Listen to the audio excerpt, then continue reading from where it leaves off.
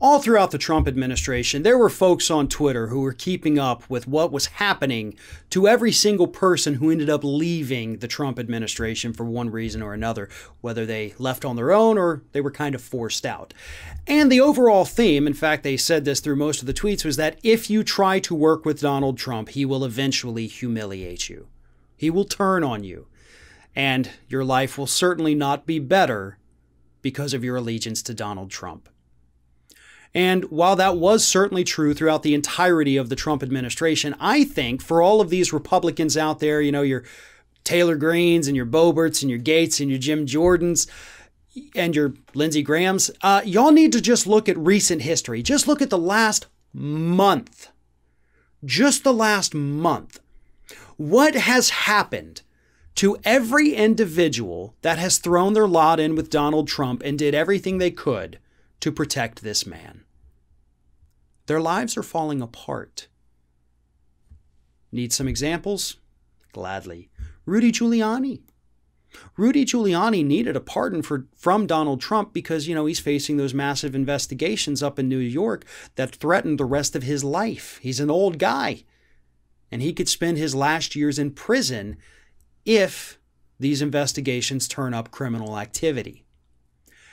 But instead of getting a pardon from Trump, he got nothing. And Giuliani went out there, embarrassed himself every day, spread Donald Trump's lies, trying to convince the public that Donald Trump was good and pure and right, and it failed. So Trump didn't reward him. So he's still facing the investigations and, of course, now facing literally billions of dollars in defamation lawsuits, and Trump's not there to help him.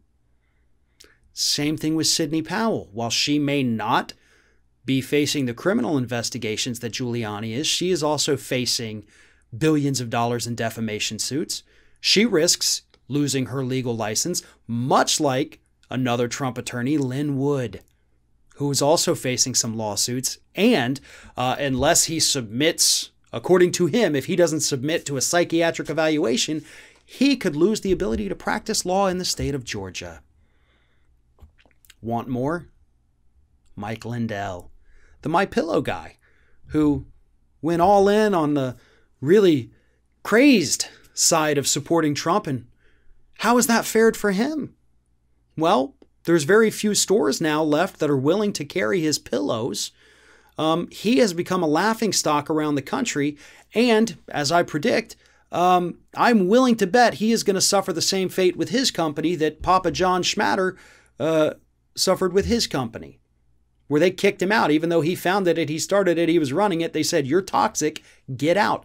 I would not be shocked if that happens to Lindell. He would lose everything because of his undying, unwavering support for Donald Trump. So again, I will issue this warning to those Republicans who are still risking everything to defend Donald Trump. It doesn't end well for you. You don't end up with his base next time you try to run for an election. You're going to get them anyway by virtue of being a Republican, but you're not smart enough to see that. What you're going to do instead is alienate all the normal people in this country who luckily do outnumber the Republican base, or the Trump-loving Republican base, I should say. There's more of us than there are of them. And you've seen what happens to people that Trump brings into his circle and then ditches once they're useless. You get sued, you get criminal investigations. Some of them have ended up being convicted. Luckily, they got pardons, you know, Manafort and Stone. He can't pardon anybody else. He can't bail out anybody else. All he can do is throw you under the bus.